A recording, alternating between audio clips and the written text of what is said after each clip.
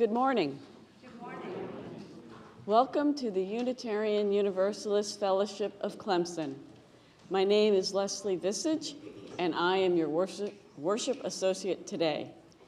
Here at UUFC, we welcome all who come seeking a spiritual home among us, whether this is your 100th time here or your first.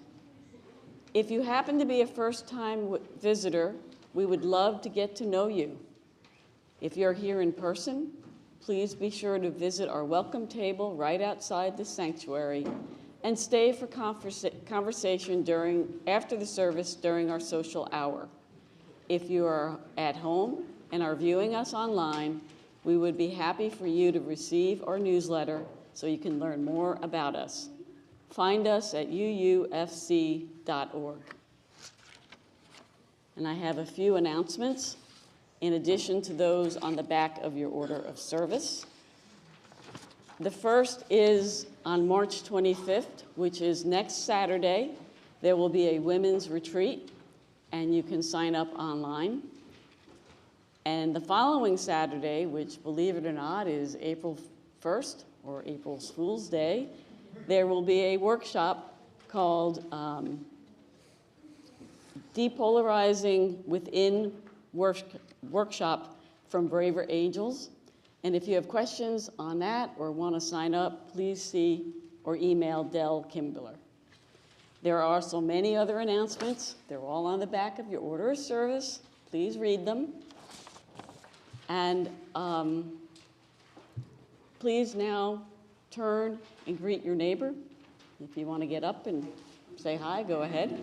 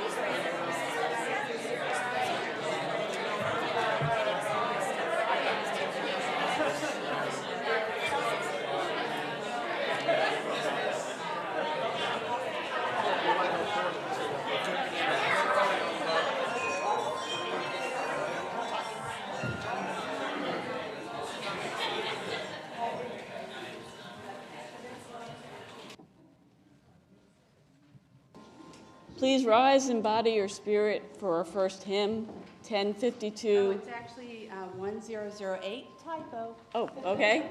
Sorry about that. 1008.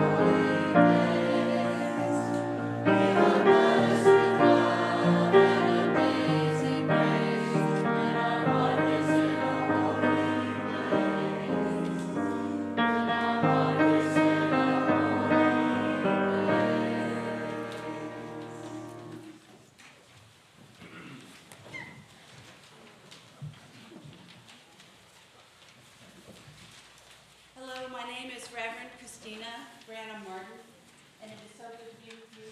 And I will let you do opening words in just a moment, because I skipped you, didn't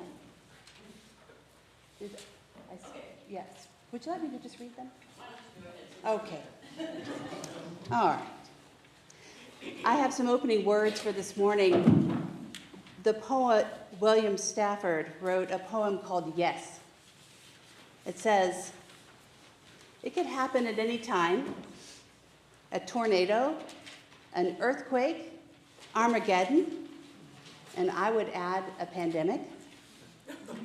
It could happen. Or sunshine, love, salvation. It could, you know. That's why we wake up and look out. No guarantees in this life, but some bonuses like morning, like noon, like evening, like right now. Come, let us worship together." Aurelia, would you come up and help me light the chalice? We light our chalice along with 1,000 more other Unitarian Universalist congregations, and do so on our worship days together. And you are practiced at this. You've got it. Great. And will you put that one out too? Oh, right. Hello. Here, hold on. Good job, Christina. Hold on.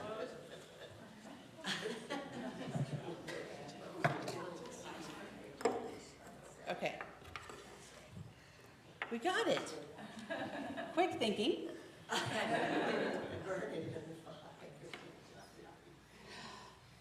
Thank you. And we'll take him outside later. He has nowhere else to go.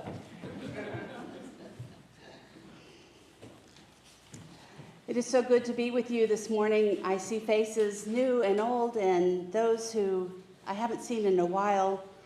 And one of the things we do here at our fellowship, for those of you who are visiting for the first time, is we share in our words of affirmation. You'll find them on your order of service. Let us read them together now. We gather together in a spirit of love, with justice as our guide. This is our chosen covenant, to dwell together in peace, to seek the truth with freedom, and to care for one another. We have a story that Karen is going to share, and I want to acknowledge that 3 years ago this week is when UUFC went completely online. So one of the things we are commemorating today is the 3-year mark. And we have an interesting and lovely story.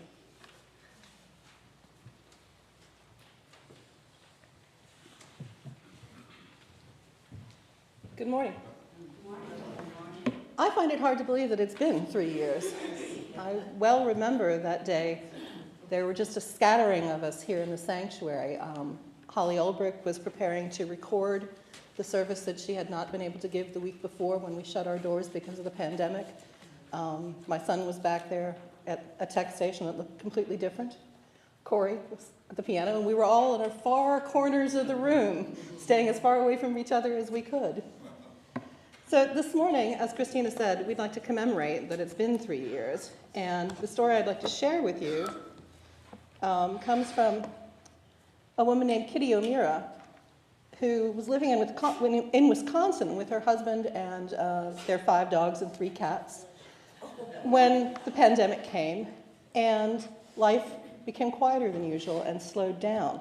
And it gave Kitty time to think deeply about people and about the planet, and she ended up writing a poem about it that she then shared on Facebook. And that poem went viral very, very quickly. It became a great source of joy for people all over the world who interpreted that poem in various ways using their individual gifts: music, art, dance, and more. There's been a ballet with people narrating in 8 languages made of this poem. A children's choir in Italy sang it. 2 people filmed themselves singing it on a rooftop in Spain. A famous opera star sang an original work based on it, and it has been translated into more than 20 languages. So I'd like to share it with you this morning. It's called "And the People Stayed Home" by Kitty O'Meara. And the people stayed home, and they listened and read books, and rested and exercised, and made art and played games, and learned new ways of being, and they listened more deeply. Some meditated, some prayed, some danced. Some met their shadows. And the people began to think differently. And the people healed. And in the absence of people living in ignorant, dangerous, and heartless ways, the earth began to heal. And when the danger passed and the people joined together again, they grieved their losses and made new choices and dreamed new images and created new ways to live and heal the earth fully as they had been healed.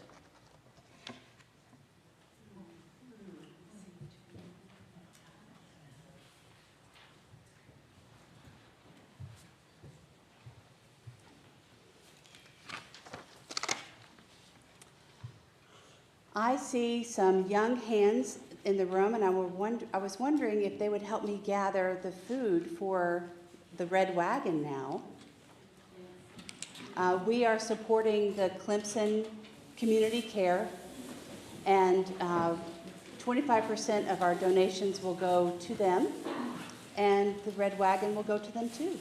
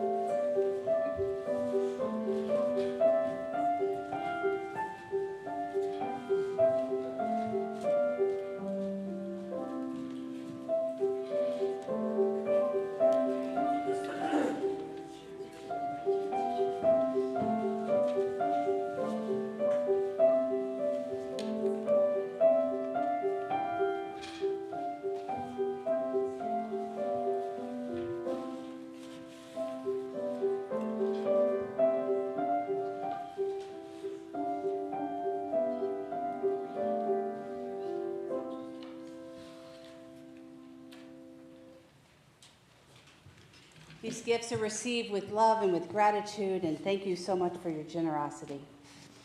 Now we turn to a time of sharing our joys and concerns, and Bob Hoyt gratefully thanks UUFC for the support of Tuesday's meditation groups.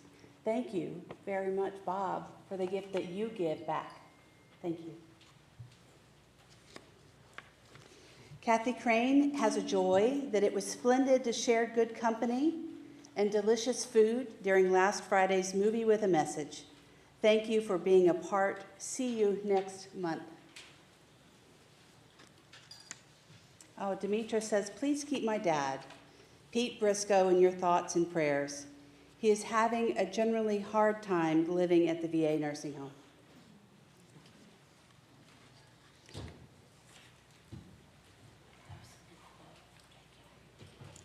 I also want to bring your attention to our Pride Knit flag that we have on our tree. You might have noticed that some of it has been pulled down. We went and inspected it. It is quite a sturdy, stapled-in item with a telephone wire around the top. So to pull it down took somebody doing it on purpose. So it has been vandalized, and luckily we've got extra staples, and we'll put it back up. And if we come back next week and it's gone, we'll make a new one. All right.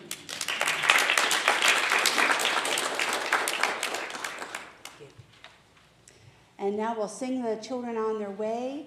Thank you to the teachers for spending your time with them today.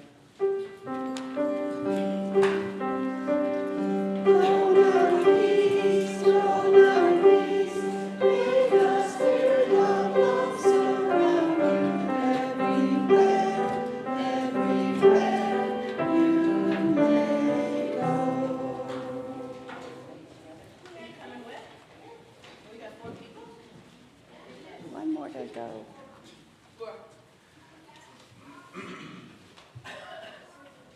We shift now into a more quiet time, a more centered time of meditation and prayer. And today was a service where weaving together so many different things. The commemoration of the 3-year mark of the lockdown, a beautiful hymn that is called Anthem that the choir will sing later, and the theme of vulnerability that we have this month. And last but not least, the spring equinox. What a collection of things to weave together. So I offer a prayer today and meditation on the equinox itself. And these words are by Thomas Rhodes. So if you'll join me and just take a breath.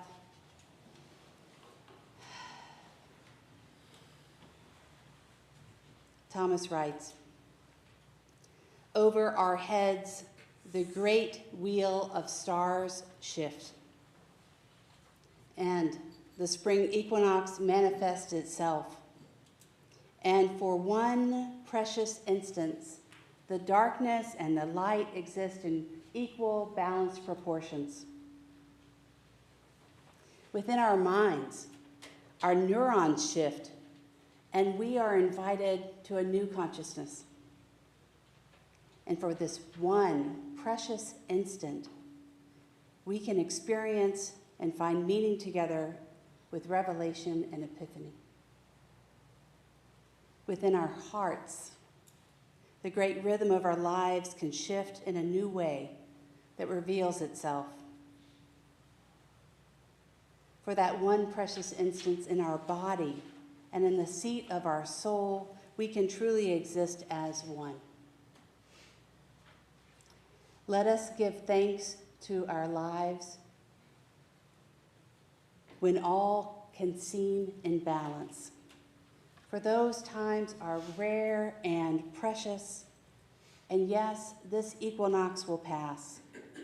The revelation, though, may not be forgotten, and may our actions also reflect our true selves. It is through gratitude that we remember who we are, and that we reflect on who we can become, and restore the balance in our lives. Let us join together and say, may it be so.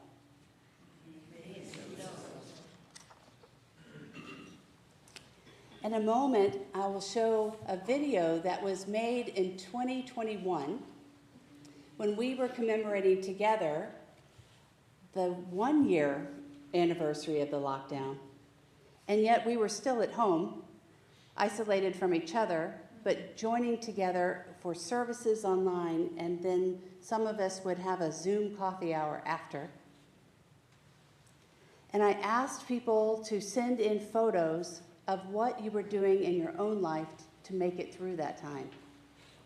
And I thought how nice it would be for us to remember not only that we made it through, but where we were at that time, and how it, for me, feels like a memory. A distant memory, though. And I am happy to share it with you now. Is it ready? Okay.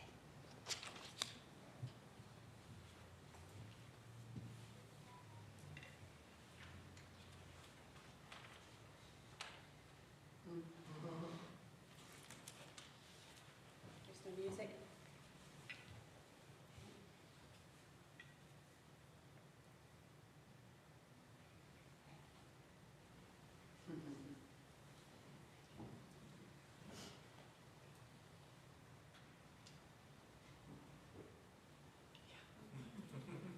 That was my setup. Our Christmas service.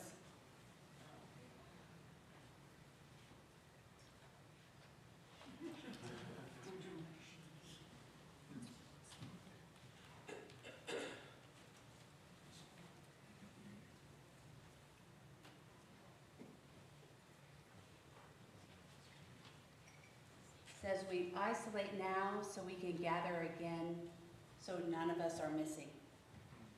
And it started over. That was our congregational meeting. That was our congregational meeting.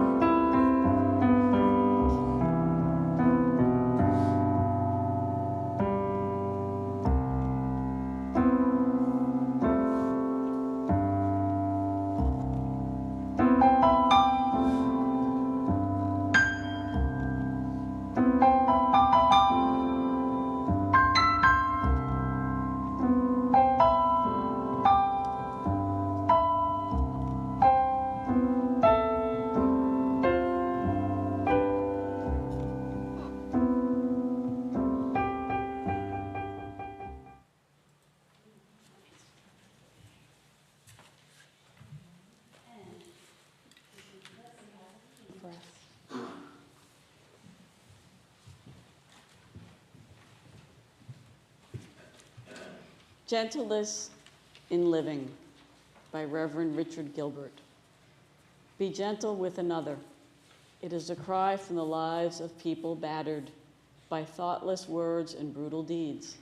It comes from the lips of those who speak them and the lives of those who do them. Who of us can look inside another and know what is there of hope and hurt or promise and pain? Who can know from that faraway place each has come, or to what faraway places each may hope to go? Our lives are like fragile eggs. They crack and the substance escapes. Handle with care. Handle with exceedingly tender care, for there are human beings within. Human beings as vulnerable as we are, who hurt, who feel as we feel, who hurt as we hurt. Life is too transient to be cruel with one another, too brief for hurting. Life is long enough for caring. It is precious enough for sharing. It is precious enough for love. Be gentle with one another.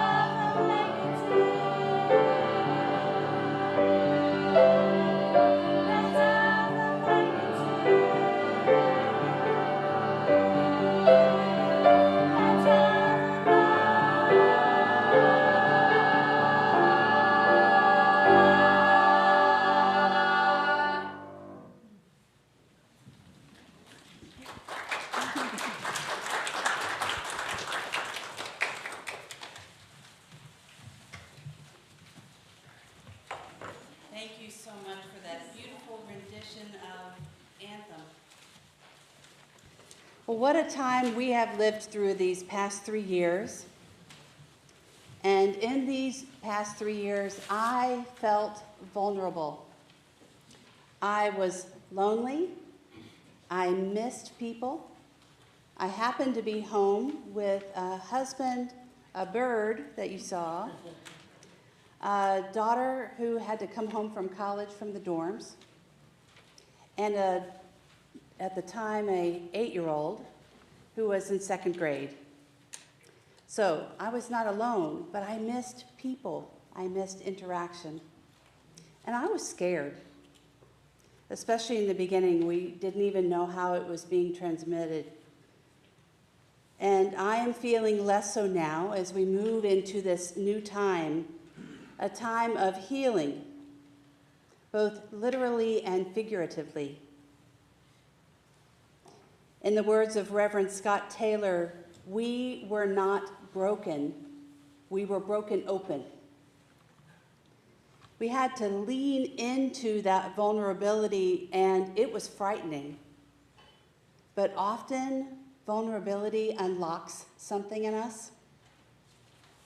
And when we are finally honest about our fears and our burdens that we often hide, we have to take a leap of courage. And it's in these moments that we discover that telling our truths doesn't have to make us feel weak or exposed. It can open our eyes. We become able to see that others hide their pain and their fear too. And with that, the faceless crowd becomes a sea of fellow travelers. We are all connected. And during the pandemic, I felt isolated at home, but so intimately connected to the world in which we lived. We needed each other literally to survive. And all of us became more aware of how much kindness is needed, even when each other's pain was not easy to see. Reverend Scott Taylor adds a poignant reflection. It's all about understanding that vulnerability isn't weakness, but a softer form of strength. And this sounds like the wisdom in Leonard Cohen's song, Anthem. We can move through difficult times. He says, ring the bells that you still can ring. Forget that perfect offering. We can remember there is a crack in everything, and that's how the light gets in. How fitting that the light that is returning as we move into spring tomorrow at 5:24 p.m. is the moment. And as we see the focus of equilibrium and hopefulness and that sense of renewal that comes with spring, we can ask these questions of the equinox. How might we live with more intentional letting go? How might we practice surrendering that perfection in our life and learn to embrace what is? And what do we do when things fall apart? A colleague, Reverend Louise Green, reflects on such questions, and she adds, when we learn limits of our usual operating system, that narrative of perfection, which maintains an illusion of control, this often happens at a personal level.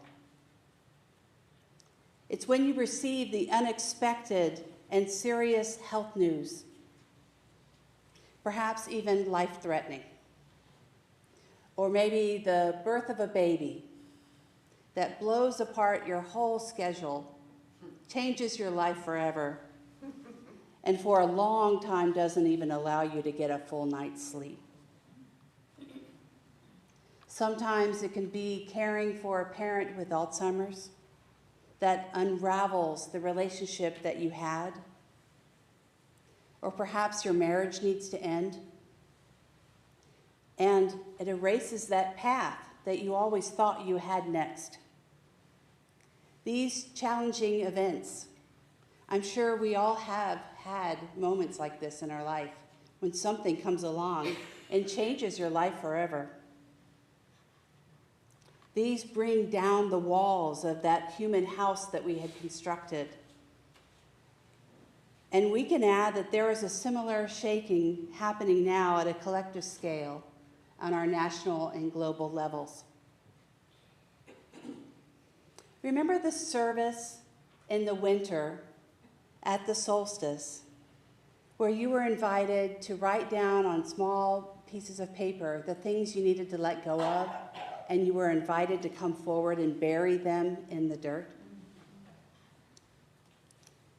Well, those slips of paper from winter to now in the spring have been composting in that dirt. And it's in the spring now that we can take that dirt and put that in our gardens, or maybe even in the pots in this room. There's a garden day next Saturday, isn't there? And we can spread that dirt. This soil is a way to embrace the things we need to let go of, and it has returned to us living soil. The 17th century Japanese poet Mizuta Masahide put it well in his haiku. The barn has burnt down. Now I can see the moon.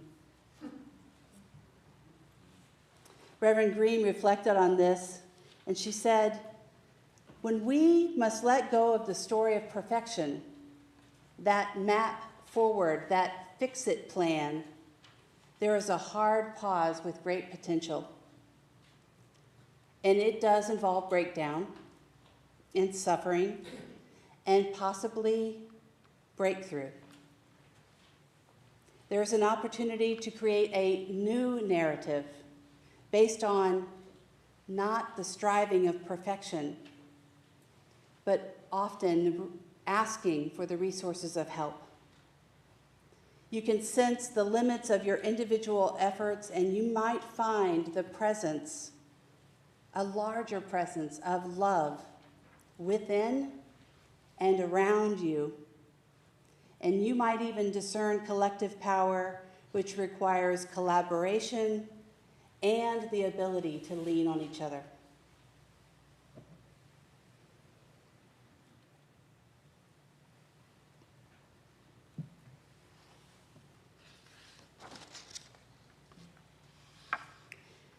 When so much devolves externally, our interior lives become more important.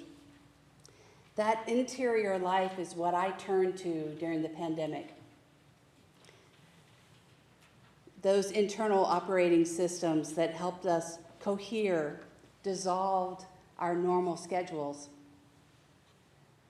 And that sense of wholeness, that wholeness is a powerful way to navigate turbulence.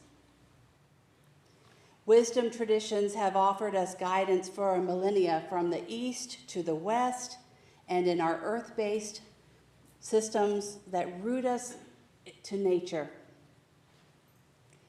And we do have an urgent set of 21st century challenges.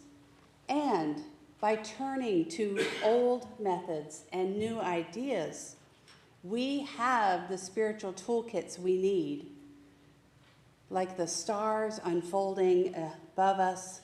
We have valuable practices that bolster our spirits and widen our view. One such model of doing this is found in the ethical roots of the yoga philosophy found in the Yoga Sutras of Patanjali. One of the teachings of the Yoga Sutras is to let go. Yoga offers the invitation to detach from our most cherished beliefs that create division in our lives. And instead, we can make a sincere offering just to hold life more lightly and to recognize the inherent worthiness and wholeness of our true being. In Hinduism and Buddhism and other Eastern traditions, true being is not one we concoct through any primary story of separation. It is not our accumulation of human histories and identities. Our true nature in these teachings is timeless and luminous and woven with unity. And in these wisdom stories, we may perceive an inherent diamond within. That inner wholeness is one we have to grasp onto. Otherwise, we have an illusion of control. So those ancient texts we have turned to, today we turn to the modern text of Leonard Cohen's anthem. We come back to that verse, ring the bells that still can ring and forget that perfect offering.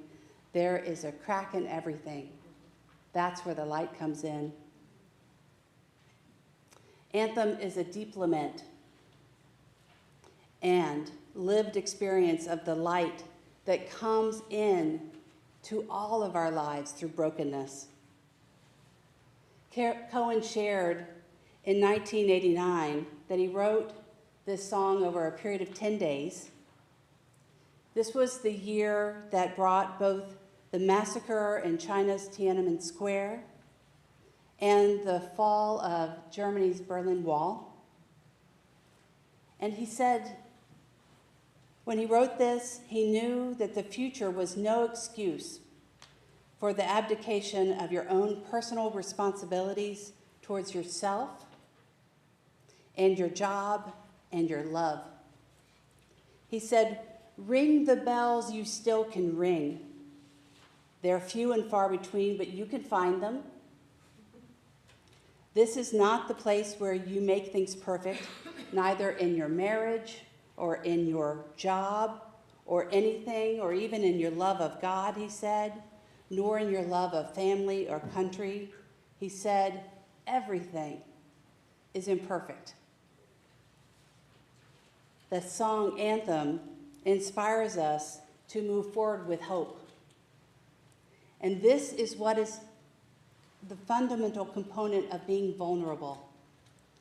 Knowing that when things are hard, we grasp on to hope in order to move us forward, even when our heart is breaking. In our Time for All Ages, the story and the people stayed home. The people joined together. They grieved their losses. They made new choices. They dreamed new images and created new ways to live together and to heal the earth as they had been healed.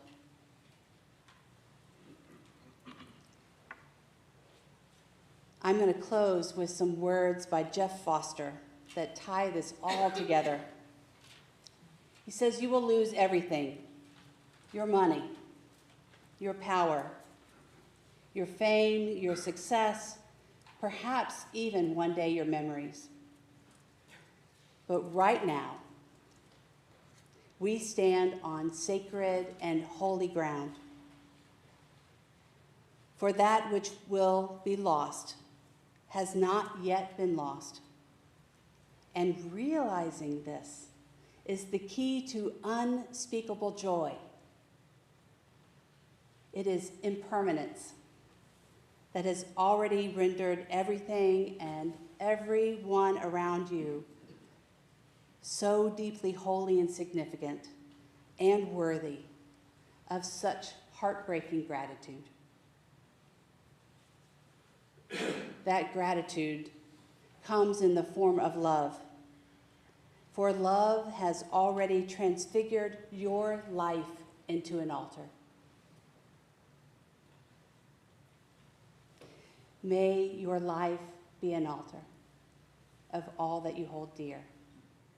May today we commemorate that 3 years ago we were isolated and today we are back together. May love transform your life into an altar. May this be so, and amen. If you would join with me in singing Voice Still and Small, number 391.